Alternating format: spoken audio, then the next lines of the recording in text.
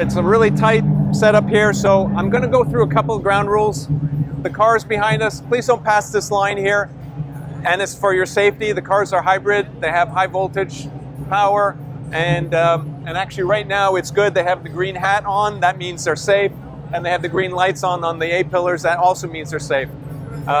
If there's no lights on or it's a red light, don't touch it. It will pull you in and kill you. So we'll keep you over here. Not sure where those guys are going, but they're with someone reputable. All right. So anyway, welcome to Long Beach. We're really happy to be here. I have two of our drivers with us, and I'm going to have them introduce themselves because 3 of our 4 drivers have never raced here before, and the 25 cars, 2 drivers that haven't raced here before, and they're already going to start doing some driver change practice very soon. But let me introduce, first of all, Dries. Hi everyone, hope you're all enjoying your day. I'm Dries, as Phillip said. Tell you where you came from. I'm from Belgium, 26 years old as I remember. Yeah, you know, my first season in full IMSA, so really enjoying everywhere I'm going. It's a new experience. I have to go to a lot of new tracks, but if they all keep going like they've been going so far, then you know I'm not complaining. But I mean, we've got a great starting position. We're starting first, sister car starting second, so it's going to be a good show at the starting grid, and hopefully we can, you know, give you guys a good show and bring a good bring a result home, and hopefully see each other on the podium. Dries has had 3 pole positions so far this year, so every race so far this year. It's time to bring one home. Exactly. Phillip, do you want to give the mic over to Phillip? You can just hold it if you want. Like this? Yeah. Hi everyone, my name is Phillip Eng. I'm 35 years old from Austria. I'm a BMW Works driver since 2016. This is my 3rd season in IMSA, full-time. I've been involved in this project since day 1, and it obviously makes me very proud to see our car performing the way it is right now with my man Dries here putting it 3 times out of 3 on pole. We've had a good Daytona, a bit unfortunate in the last hour where we just didn't make it to win the race or finish on the podium. Sebring was a bit unlucky, but I think the stars will align this time round for us. I really hope so, because the car is quick, drivability is very nice. So today it's all about just executing, not doing any mistakes. It will only be 1 pit stop, so we'll all come down to this. And yeah, I think we have a good package, and I hope you all cross your fingers for us. We're gonna do it. We're gonna do it. Yeah. We're rooting for you. Yeah, good. Thank you. So it's 11:30. You guys are free to go at this point. One quick question. Okay, one quick question. How are you so fast? I have no idea. I mean, I just try to do my best. You know, I can't know. I don't know. I just try my best. I do what I do best, I think, and it works. But yeah, it's tough. It's you know, as Phillip said, it's nice to be on pole 3 times in 3, but we need to now get the result home, and that's the most important. But to answer your question, I have no idea. Thank you. Awesome. All right. Thank Thanks, you. guys. Thank you. So it's not over just yet. We have just a big change in drivers this year, and these drivers will race in WEC as well, so they get more seat time in the cars, and that we hope will help us have a better shot in both series. So so that's some of the reasons for the changes. Clearly, Dries is pretty good. I mean, he was on pace within a couple of laps of his first practice, and there's not a lot of practice time here, so to get a pole is really pretty spectacular. How many of you have seen these cars before, or not seen? Let's say not seen these cars before. Seen the cars before. Okay.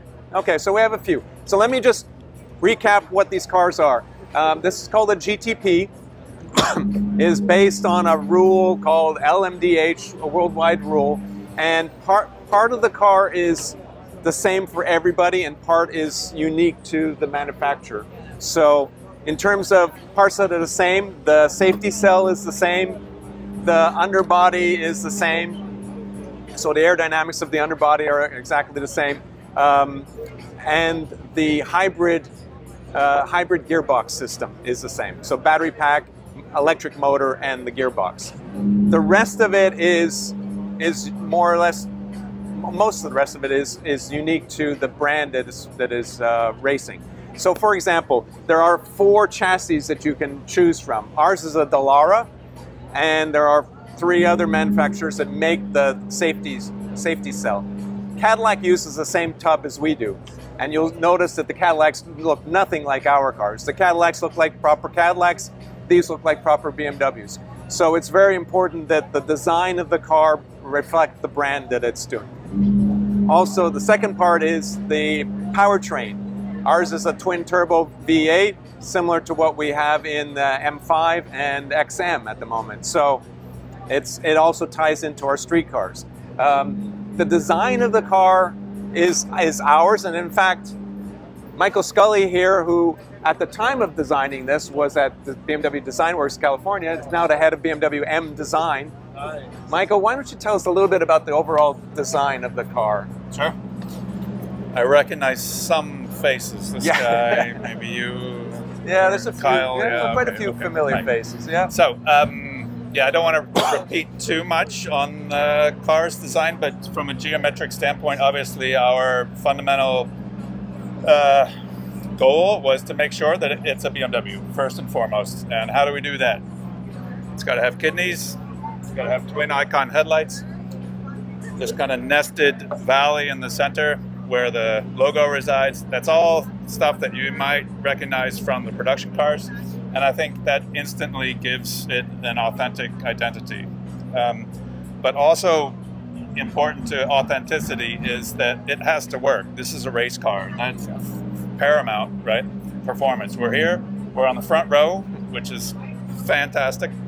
And yeah, we need to enable that performance with everything we do design-wise.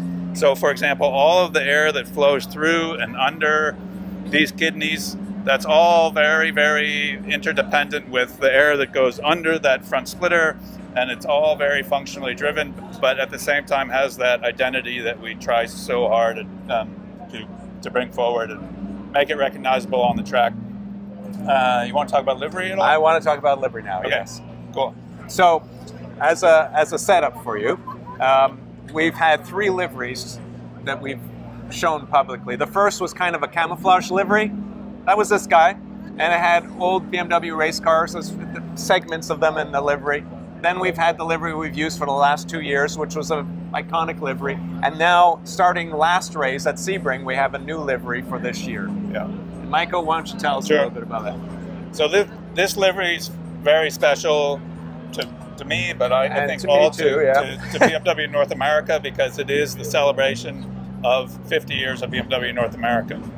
And actually, the way we approached this livery design was as a timeline. And so at the front of the car, it starts right around 1975. In fact, it's March 15th, 1975. You'll see it coincides with the BMW Rondell. And it goes back in time toward the future, let's say. And actually, along this timeline, this segmented timeline, are very important milestones for our brand. And one of the most amazing things is that, okay, BMW North America was founded March 15th. Not a week later did we win Sebring, 12 hours. So they say you never get a second chance to make a first impression. And I think that first impression is really what helped set the trajectory of BMW as the ultimate driving machine in the United States and in North America altogether. And that's just so important to our brand even to this day. And it set the DNA at an early stage. And if we go back through other milestones in time, I don't know if are we able to come forward or not? I think our group is a decent size. We can probably do it part by half and half, maybe. Okay. Yeah. Cool. So why don't half of you go with Michael? The other half I'll hold here. So yeah, we've got obviously the inception of BMW North America coincides with the Rondell right here at the front. But quickly after, you see right on these M colors, March 21st, 1975, the 3.0 BMW won Sebring. and that's Brian Redman, Hans Stuck, Sam Posey, and Alan Moffat. And really, if you start to look close, you'll recognize that these M stripes are the track map of Sebring. So we really wanted to honor that moment because it was so important to the brand's introduction to North America. So these M stripes are Sebring, traversing the whole front of the car. And then as we go back in time, here we come to 1981. In 1981, actually, BMW built, together with March, the M1C. And the M1C was the very first purpose-built GTP car. And so here we are with the very latest and based on qualifying fastest GTP car, but BMW also built the first one. And when I was a kid, 9 years old, I saw that car race at Lime Rock, and it just changed my life. So it's super cool to be able to work on the car now here. But as we keep going back, I know we probably don't have too much space. So these guys are going to be doing driver change, so we're going to have to help. So I'd pick up on a few more time points, right? So here, 1999, our LMR won again, Sebring, 12 hours. So you can see Sebring's like a special place for us, right? And but at the same time, you know, as we get into the 90s, start to see things like, actually in the mid-90s, the United States became the largest M market. Yep. And so for us, again, it's a really important set of events that mean a lot for us, for our cars today. But the other cool thing here, it's hard to see maybe, but if you look here, actually the timeline aspect is also stylistic in that if you look at the M stripes here, you'll notice purple in the middle instead of dark blue. Right. And it wasn't until the mid-90s actually and that's where we see a transition that it transitions to dark blue, kind of behind this number plate, and by here it's fully dark blue. And actually stylistically it's not just about color. So we're in the parallel stripes as we knew them, and then as we come into the 2000s, it starts to expand and become, whoa, sorry, a little bit more fractal, right? A little bit more fractal. So and basically like explodes with the colors. Exactly. And that's something, so as we go all the way back, it's hard to see it here, but actually the tail, you'll see, also has purple on it. And so we started with purple. Bring it full circle. Exactly. We started with purple as an M color, and we end with purple because it's the natural color of electricity, and that's the thing that signifies this hybrid powertrain. So it's like. Want to go back? Want to go to the tail and talk about that right there? So that's the end of it in the tail. Yeah, so we have flipped the around. Timeline here we going. And another Sebring history thing here with. Right, exactly. Sebring's been a good place for us. But as we go, we evolve from the parallel stripes into a much more fractal layout. And I think that's, helps modernize it, but at the same time, as we go back in space, you start to see purple appear. And so here, like for example on the wing, slightly different purple than what was originally an M color, but the purple here signifies the natural color of electricity and the hybrid powertrain. So we've kind of started with purple, end with purple, and in the ultimate driving machine. So that's I don't know, what more can you ask? Inside BMW, look at the design philosophy for the livery, which I think is fantastic. Yeah, cool. Thank you very much. Yeah, it's been a special one to work on. Thanks for your time and going through this stuff. Sure. I appreciate it. Yeah.